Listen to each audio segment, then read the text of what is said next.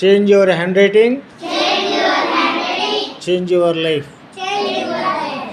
తలరాత మారాలంటే చేతి వ్రాత మారాలి.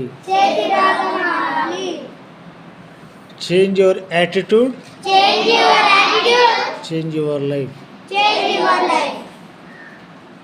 పిల్లలు, మీరు హ్యాండ్ రైటింగ్ చేంజ్ చేసుకోవాలంటే ఫస్ట్ రాసేటప్పుడు స్ట్రైట్ కూర్చోవాలి, బ్యాక్ బోన్ బెండ్ చేయకూడదు, నెక్ మాత్రమే ముందు తీసుకోవాలి. పెన్సిల్ చూపుడు వేలు బొటన వేలుతోనే పట్టుకొని మిడిల్ ఫింగర్ మీద బేస్ అయి ఉండాలి. పైకి కొంచెం పైకి పట్టుకోండి. అలాగే గట్టిగా ఒత్తిపట్టి రాయకూడదు, పేపర్ మీద అచ్చుపడకూడదు రాస్తే. అలా రాయండి. సరే, టుడే మనం ఇంగ్లీష్ అండ్ చూడండి బోర్డు మీద తెలుగు ప్యాటర్న్స్ ఉన్నాయి. అలాగే మార్నింగ్ మనం ఇంగ్లీష్ ప్యాటర్న్స్ చెప్పుకున్నాం కదా. ఈ ప్యాటర్న్స్ రోజుకు మీరు ఒక 20 minutes డైలీ ప్రాక్టీస్ చేయాలి.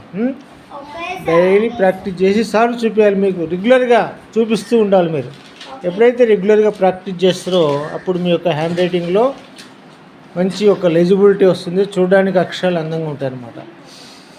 సరే, మనం ఈరోజు ప్యాటర్న్స్ ఇంగ్లీష్ వచ్చేసి ఒక 22 ప్యాటర్న్స్ చెప్పుకున్నాం, తెలుగు వచ్చేసి ఒక 10 చెప్పాను.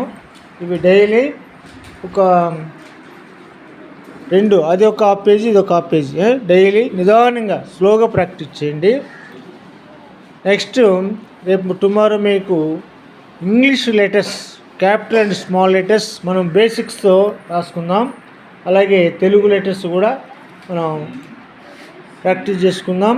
రేపు మీకు 4 రూల్ డబుల్ నోట్బుక్ కావాలి. ఈ 2 నోట్బుక్స్లో రేపు లెటర్స్ ప్రాక్టీస్ ఉంటుంది.